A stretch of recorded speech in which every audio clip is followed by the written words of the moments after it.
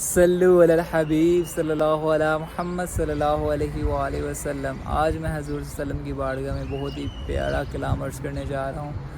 اور پنجابی کلام ہے، بہت ہی پیارا کلام ہے، آپ سماعت فرمائیں۔ لج پال نبی میرے درداں دی دوا دینا، لج پال نبی میرے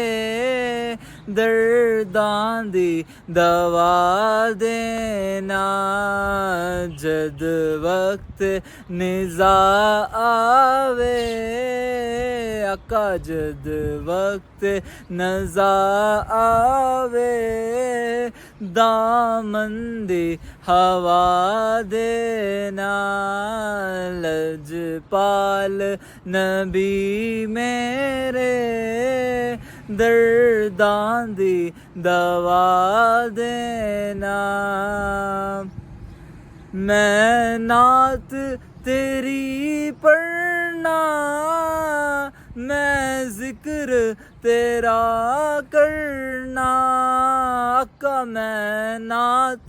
تیری پڑھنا، میں ذکر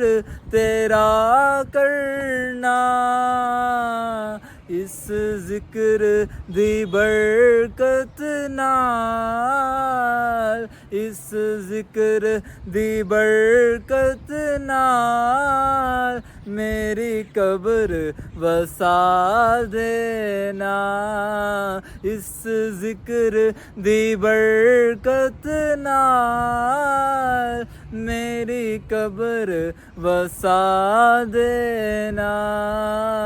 لج پال نبی میرے درداں دی دوا دینا، جد وقت نزاع آوے دیدار کرا دینا، سرکار دی محفل وچ جولیاں وچھا بیٹھے، آقا دی محفل وچ جولیاں وچھا بیٹھے، لج رکھ لیں اے لج پالا، لج رکھ لیں اے لج پالا، خالی نہ لٹا دینا، لج رکھ لیں وے لج پالا، خالی نہ لٹا دینا، دل روندا اے جان دینے جدوں لوکی مدینے نوں، دل روندا اے جان دینے جدوں لوکی مدینے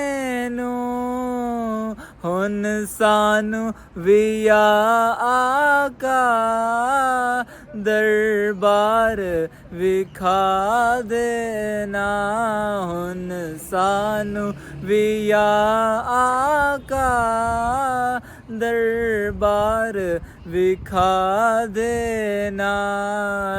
لج پال نبی میرے درداں دی دوا دینا، آقا دی محفل وچ جولیاں وچھا بیٹھے، آقا دی